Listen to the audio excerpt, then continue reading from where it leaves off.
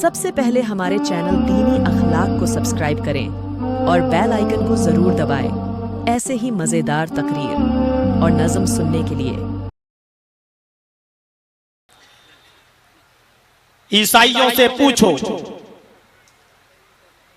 कि तुम्हारा नबी कौन, वो कहेगा जीसस, ईसा मसीह। यहूदियों से पूछो कि तुम्हारा नबी कौन, वो कहेगा मोसेस, मूसा अलैहिस्सलाम। हिंदू भाइयों से पूछो तुम्हारे अवतार कौन, वो कहेंगे कृष्ण जी, रामचंद्र जी। अब इन्हीं लोगों से कहो ईसाइयों, क्या ईसा के साथ तुम मोहम्मदुर रसूलुल्लाह को मानते हो? मना कर देगा। यहूदियों से पूछो क्या तुम मूसा के साथ मोहम्मदुर रसूलुल्लाह को भी नबी मानते हो? मना कर देगा। हिंदू भाइयों से पूछो क्या कृष्ण जी और रामचंद्र जी को अवतार मानने के साथ साथ क्या तुम मोहम्मदुर रसूलुल्लाह को नबी मानते हो? मना कर देगा। लेकिन एक मुसलमान से पूछो कि तुम्हारा नबी कौन, वो कहेगा मोहम्मदुर रसूलुल्लाह सल्लल्लाहु अलैहि वसल्लम। पूछो क्या तुम मोहम्मदुर रसूलुल्लाह के अलावा ईसा को, मूसा को, इब्राहिम को, दाऊद को, जकरिया को, यहया को, याकूब को, यूसुफ को, क्या इनको भी नबी मानते हो?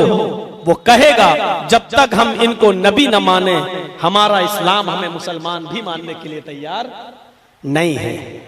आइए, सारे नबियों को अपने साथ लेकर चलने वाला मजहब कौन है? सारे बुजुर्गों को अपने साथ लेकर चलने वाला नबी धर्म कौन सा है? और जो मजहब सारे नबियों को अपने अंदर समोता हो, सारे नबियों को अपना नबी और पैगंबर मानता हो, उनको नबी और पैगंबर माने बगैर उसका इस्लाम मुकम्मल ना होता हो, उसका दीन मुकम्मल ना होता हो, जाहिर है कि वो इस्लाम, वही मजहब ऐसा है जो सबके लिए अमन और शांति भी चाहता होगा। उसके अंदर नफरत और घृणा नहीं। नफरत और घृणा तो उनके अंदर होगी। हम ईसा को मानते हैं ना, इनको मारो। हम मूसा को मानते हैं, ईसा को नहीं, ईसाइयों को मारो। हम ईसा को मानते हैं, मोहम्मद को नहीं, मुसलमानों को मारो। हम मूसा को मानते हैं, मोहम्मद को नहीं, मुसलमानों को मारो। लेकिन हम किसको मारें?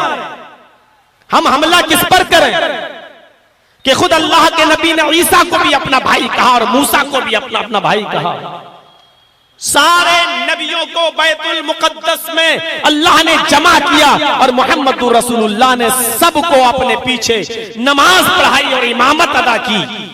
मेरे भाइयों, सारे नबियों ने हमारे नबी के पीछे नमाज पढ़ने में कोई तसाहुल नहीं बरता और हमारे नबी ने भी किसी को अपनी इख्तिदा से हटाया नहीं। तो हम दुश्मनी करें तो किसके साथ करें?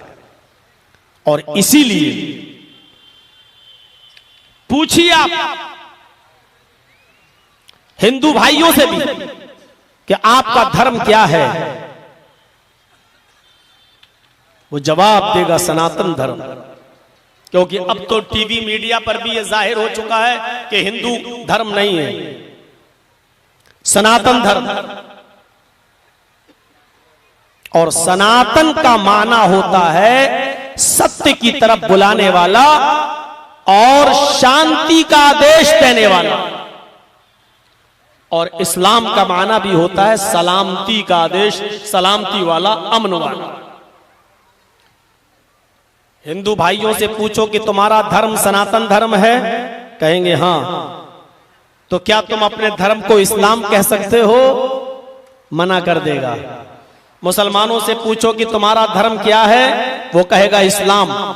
मुसलमानों से पूछो क्या तुम अपने इस्लाम को सनातन धर्म कह सकते हो? वो कहेगा हमें कोई एतराज नहीं, क्योंकि माना एक ही है। इस्लाम का माना भी सलामती वाला और सनातन के माना भी शांति वाला, अमन वाला, सुकून वाला। तो मुझे बताइए कि भाईचारा किस मजहब में है? मुझे बताइए कि अपने अंदर भाई बनाकर शामिल करने का जज्बा किसके अंदर है और नफरत का उंसुर किसके अंदर है? खुद फैसला करिए और देखिए। सनातन धर्मम पंचम वस्तु अस्ति प्रथमा वस्तु एकम ब्रह्मादित्य नास्ति नास्ति किंचन। द्वितीय वस्तु साष्टांग कर्तव्यति।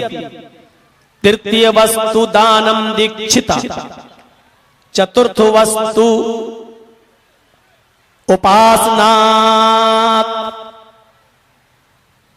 पंचम वस्तु तीर्थ यात्रा कर्तव्य।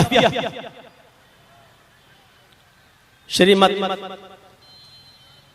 महाभारत और श्रीमद् भागवत महान पुराण के ये मंत्र हमने आपके सामने रख दिए। इन मंत्रों में 5 काम बताए गए हैं और कहा गया यही 5 चीजें सनातन धर्म की जान है, रूह है। सनातन धर्मम पंचम वस्तु अस्ति। सनातन धर्म 5 चीजों के मजमूए का, 5 चीजों का नाम है।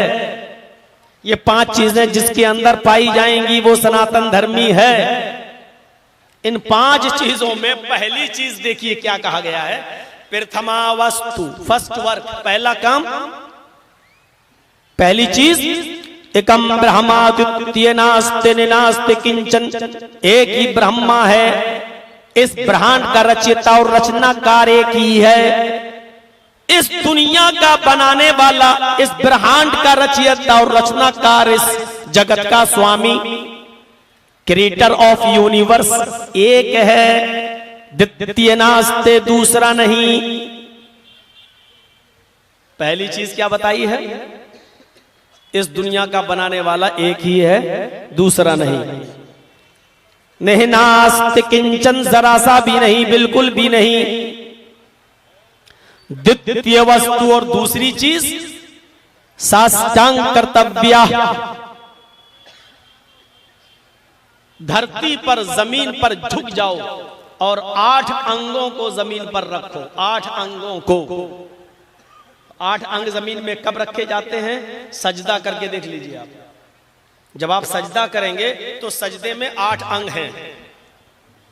एक एक करके गिनेंगे तो सबसे पहले देखिए सजदे में माथा और नाक। माथा एक और नाक एक, एक और एक 2।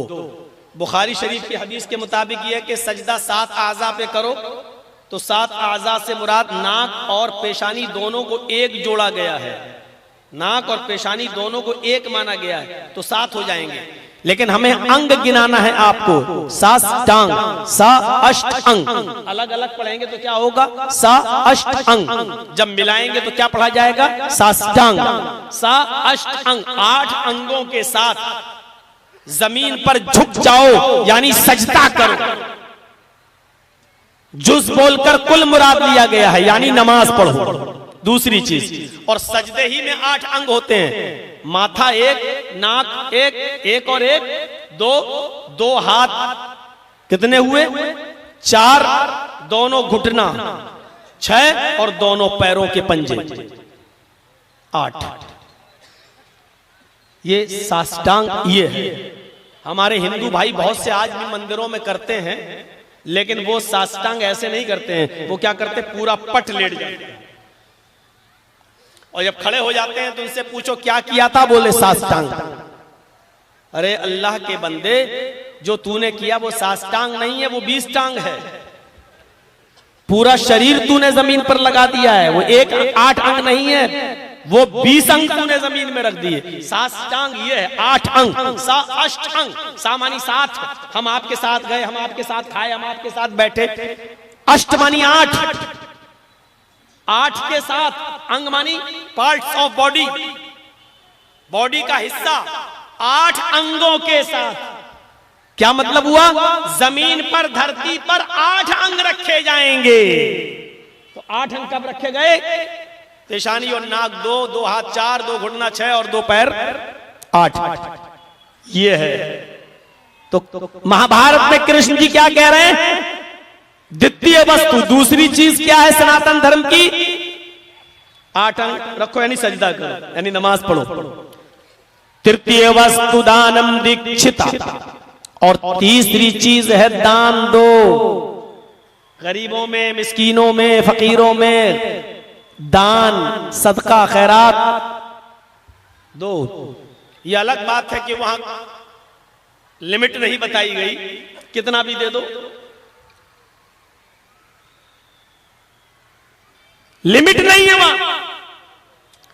तो तीसरी चीज दान दो। और चतुर्थ वस्तु, चौथी चीज क्या है? उपासना, व्रत, रोजा। व्रत मानी त्यागना, ईश्वर के लिए कुछ खाना पीना त्याग दो। हमारे हिंदू भाई व्रत रखते हैं, त्यागते हैं, खाना नहीं खाते हैं बस, और सब खा लेते हैं। केला खाएंगे, सेब खाएंगे, पपीता खाएंगे, जूस पिएंगे, सब कुछ उनके यहां जायज है, बस अन्न न खाओ। दाल नहीं खा सकते, चावल नहीं खा सकते, रोटी नहीं खा सकते, खाना नहीं खाएंगे। वो कहते हैं कि हमने जो कुछ भी छोड़ा है वो भी बहुत बड़ी बात है। और पंचम वस्तु अस्ति, पांचवी चीज क्या है? तीर्थ यात्रा कर्तव्यति। अपने शहर को छोड़कर किसी पवित्र शहर में चले जाइए। गंगा जलेश्वर भवती, जहां गंगा का पवित्र जल हो उसमें डुबकी लगा लो। और गंगा में पवित्र जल में डुबकी लगाने के बाद तुम्हारे सारे पाप नष्ट हो जाएंगे। अपना शहर छोड़कर किसी पवित्र शहर में चले जाओ जहां गंगा का पवित्र जल हो, वहां डुबकी लगा लो। ये पांच चीजें जो हिंदू धर्म में बताई गई हैं, इस सनातन धर्म की बुनियाद है, जान है। यही पांच चीजें इस्लाम की भी जान है।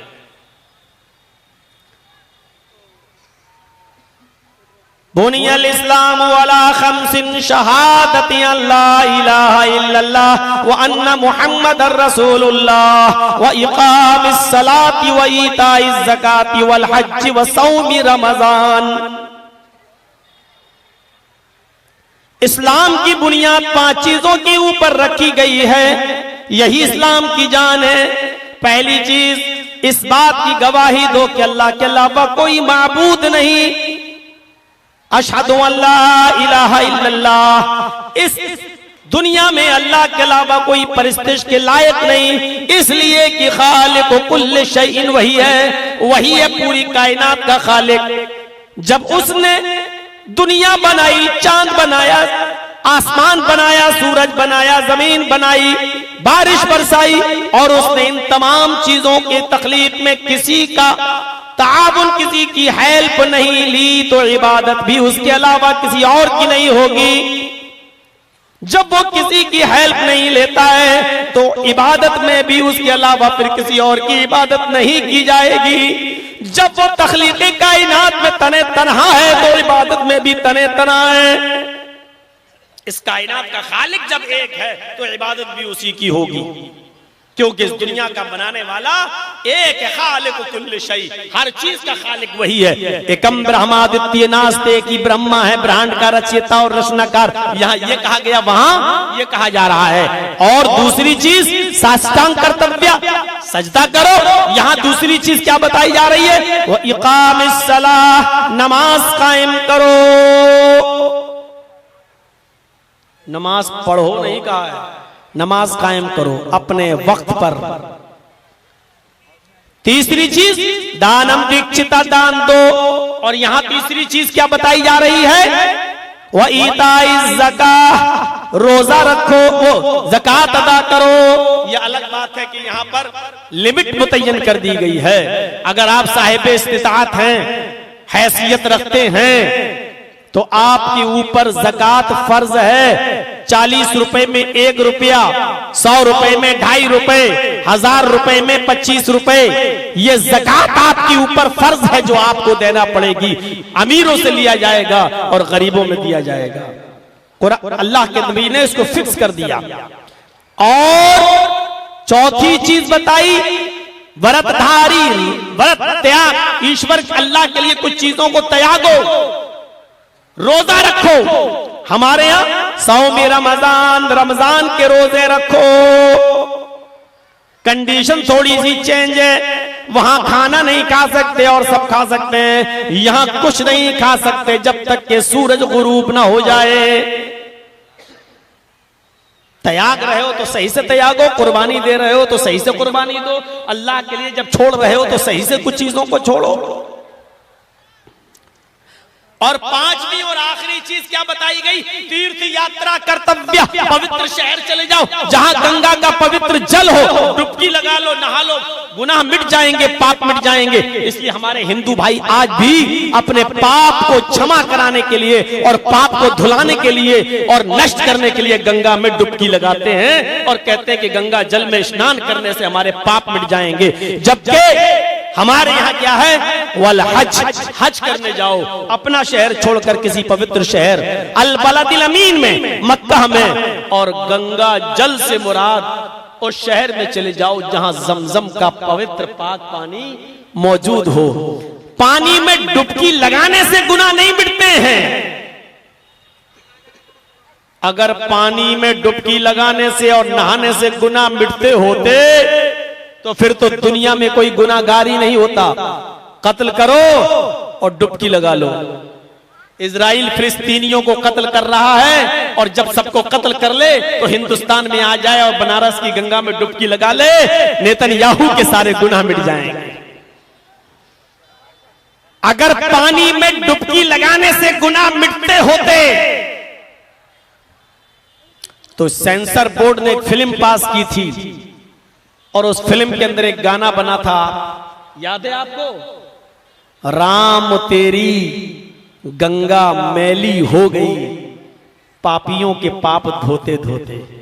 आज तक उस फिल्म पर बैंड नहीं लगा है जिसने गंगा को ही गंदा कह दिया था और यहां तक कहा कि राम तेरी गंगा मैली हो गई।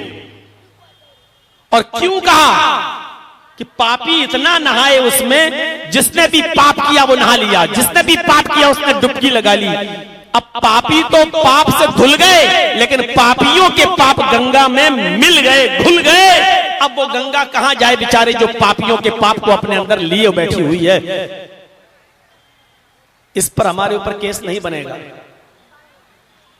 हमारे ऊपर अगर केस इस पर बनेगा तो उस फिल्म वाले पर भी बनेगा जिसने ये फिल्म बनाई।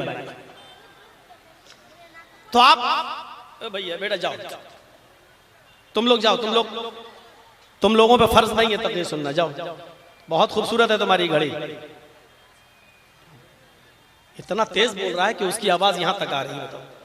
और सुरमा तो ऐसे लगाया, लग रहा है जैसे आज ही शादी हो रही थी। तो मेरे भाइयों, पवित्र शहर में चले जाओ और गंगा के पवित्र जल में डुबकी लगा लो का मतलब ये होता है ऐसी जगह चले जाओ जहां जमजम मौजूद है। हालांकि जमजम पीने से भी गुनाह नहीं मिटते, जमजम के पानी के नहाने से भी आप ये मत सोचिए कि गुनाह मिट जाएंगे। इशारा ये है कि ऐसे शहर चले जाइए जहां जमजम मौजूद है और वहां जाकर आप खाने काबा बैतुल्लाह का तवाफ कीजिए, हज कर लीजिए, आपके गुनाह मिट जाएंगे। और ये सच है। अल्लाह के नबी सल्लल्लाहु अलैहि वसल्लम फरमाते हैं, हाजी जब हज के मैदान में होता है, लब्बैक लब्बैक अल्लाहुम्मा लब्बैक के नारे लगाता है। लब्बैक का माना क्या है? हम लोग बहुत आसानी से कहते हैं लब्बैक लब्बैक। अरे कभी गौर किया लब्बैक का मतलब? लब्बैक हाजिर हूं, लब्बैक हाजिर हूं, अल्लाहुम्मा लब्बैक, अल्लाह सरेंडर करने आया हूं, हाजिर हूं तेरे दरबार में। अल्लाह, मैं इंडिया से, मैं पाकिस्तान से, मैं अमेरिका से, मैं इजराइल से, मैं फिलिस्तीन से, मैं जापान से, मैं ईरान से, मैं इराक से, तेरे सबसे बड़े घर में आया हूं, इस जगह आया हूं, मैदान अरफात में आया हूं। अमीरी और गरीबी के फर्क को मिटा दिया है, काले गोरे के रंग के फर्क को मिटा दिया है। आज तेरे इस दरबार दरबार में, इस मैदान में हम आए, अपने आप को सरेंडर कर रहे हैं। हम गुनाहों का बोझ अपने सर पर लाद कर आए हैं। लब्बैक लब्बैक अल्लाहुम्मा लब्बैक। आय अल्लाह, हम अपने गुनाहों को अपने माँ बाप से छिपा सकते हैं, अपने भाइयों से छिपा सकते हैं, अपने पड़ोसियों से छिपा सकते हैं। हमने किस किस को कत्ल किया, किसको मारा, आज तक पुलिस को और हुकूमत को भी पता न चला। हम उनसे अपने आप को बचा सकते हैं, लेकिन तुझसे हम अपने आप को नहीं बचा सकते। इसलिए तेरी अदालत में मैंने अपने आप को सरेंडर कर दिया है। आय अल्लाह, मैं अपने गुनाहों की गठरी और पोटरी लाद कर तेरे दरबार में आ गया हूँ। आय अल्लाह, अल्लाहुम्मा लब्बैक ला शरीक लक। आय अल्लाह, तेरा कोई शरीक नहीं है, मैंने अपने आप को तेरे दरबार में पेश कर दिया है। आय अल्लाह, मैं अपने गुनाहों की माफी मांगने के लिए तेरे पास चला आया। ऊपर से आवाज आती है, अल्लाह आसमान दुनिया पर आ जाता है, पहले आसमान पर आकर कहता है, आए फरिश्तों गवाह रहना, आज मेरे बंदे ने अपने आप को मेरे सामने सरेंडर कर दिया, अपने गुनाहों की पूरी पोटली लाकर मेरे दरबार में पटक दी और कहा अगर तू मुझे माफ नहीं करेगा तो हम कहां जाएंगे। आए फरिश्तों गवाह रहना, मैंने अपने बंदे के गुनाहों को बिल्कुल इस तरह पाको साफ कर दिया है जैसे धोबी की भट्टी में कपड़े का मैल साफ हो जाता है। मैंने भी अपने बंदे को माफ कर दिया है। एक हदीस में आता है, जब हाजी हज के मैदान में लब्बैक लब्बैक कहकर अपने गुनाह का एतराफ करता है और अल्लाह से अपने गुनाह की माफी मांगता है, तो अल्लाह की पुकार आती है, फरिश्तों माफ कर दिया मैंने अपने बंदे को और आज इसके गुनाह को ऐसे धुल दिया कमा वलदत उम्मुहा, जैसा कि इसकी माँ ने इसको आज ही पैदा किया हो। जैसे बच्चा माँ के पेट से पैदा होकर बाहर आता है, उसके ऊपर कोई गुनाह नहीं होता है, इसलिए वो बिल्कुल मासूम होता है, गुनाहों से बिल्कुल पाको साफ होता है। मैंने आज इसको बिल्कुल ऐसे ही गुनाहों से पाको साफ कर दिया है। फिर एक फरिश्ता उस हाजी के सीने पर हाथ रखकर कहता है, आए हाजी, अब तू अपने मुल्क जाएगा, अपने वतन जाएगा, अपने शहर जाएगा, देख तू इस वक्त गुनाहों से बिल्कुल पाको साफ हो चुका है। अपने मुल्क में जाकर फिर बेईमानी मत करना, फिर अमानत में खयानत मत करना, फिर दुकान पर बैठते हुए नाप तौल में कमी मत करना, फिर किसी को धोखा मत देना, फिर अमानतदारी में खयानत मत करना, लोगों के साथ अच्छा बर्ताव करना, फिर से अपने अमाल को काला मत कर लेना। आज तू गुनाहों से बिल्कुल पाको साफ हो गया है। तो हज का मतलब गंगा जल में स्नान करने का मतलब ऐसे शहर में चले जाओ जहां जाने के बाद तुम्हारे सारे गुनाह मिट जाएं, ये मतलब होता है। मुआसिलत बहुत है हमारी और हिंदू भाइयों में, लेकिन फर्क यह है कि कोई सही से समझाने वाला हो। हिंदू मुस्लिम हिंदू मुस्लिम हिंदू मुस्लिम करके नफरतें पैदा कर सकते हो, लेकिन वेद मंत्र कुरान की आयतें पढ़कर मेरे भाइयों लोगों को एक करने की जरूरत है और एक प्लेटफार्म पे लाने की जरूरत है कि देखो कोई एक मजहब ऐसा है जो सबके लिए है भाई।